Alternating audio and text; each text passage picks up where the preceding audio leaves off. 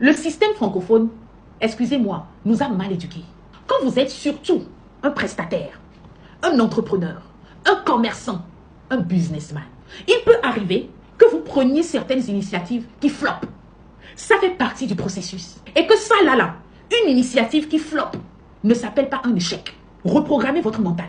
C'est une expérience. Je vais vous donner un exemple. Si vous vendez cette eau, c'est votre activité. Peut-être que vous vendez l'unité à 1K. Il y a peut-être une foire, vous avez pris un stand, vous vous êtes dit, comme il y a du monde qui vient à la foire, je vais faire cette eau peut-être à 800 balles. Je vais maximiser sur la masse.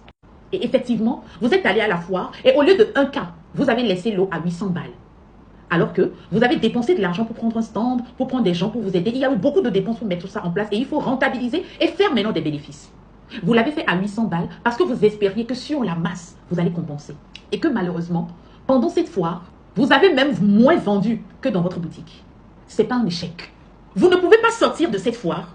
Et quand quelqu'un vous demande comment a été la foire, vous dites ça a été un échec, c'est que vous n'avez rien compris. Et si vous avez cette mentalité, vous ne pouvez pas évoluer. Parce que à l'instant où vous avez signé que c'est un échec, votre esprit est fermé. L'esprit ne conçoit plus d'autres façons de faire. Vous vous êtes focalisé sur les dépenses que vous avez faites. Voici comment un businessman, un commerçant, un entrepreneur réfléchit. Vous n'avez pas pu voir l'opportunité derrière les personnes qui ont acheté cette eau pour la première fois. Ce qui veut dire que quand ils vont aller à la maison boire cette eau et apprécier la qualité de cette eau, ils pourront ramener chacun 10 clients. Votre esprit n'a pas pu voir ça. Parmi vos nouveaux clients, il y a des décideurs en entreprise. Et qu'un décideur en entreprise peut aller consommer cette eau et décider que vous soyez désormais le distributeur agréé d'eau dans son entreprise. Parmi les personnes qui ont acheté, ne serait qu'une bouteille. Il y a dedans des grossistes. Il y a dedans des tenants de bars. Il y a dedans des tenants d'hôtels. Vous n'avez pas pu voir ça.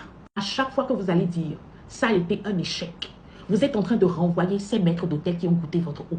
Ces grossistes qui ont prévu revenir. Des décideurs en entreprise qui sont en train de planifier faire de vous un distributeur agréé d'eau. Parce que la peur, c'est une énergie.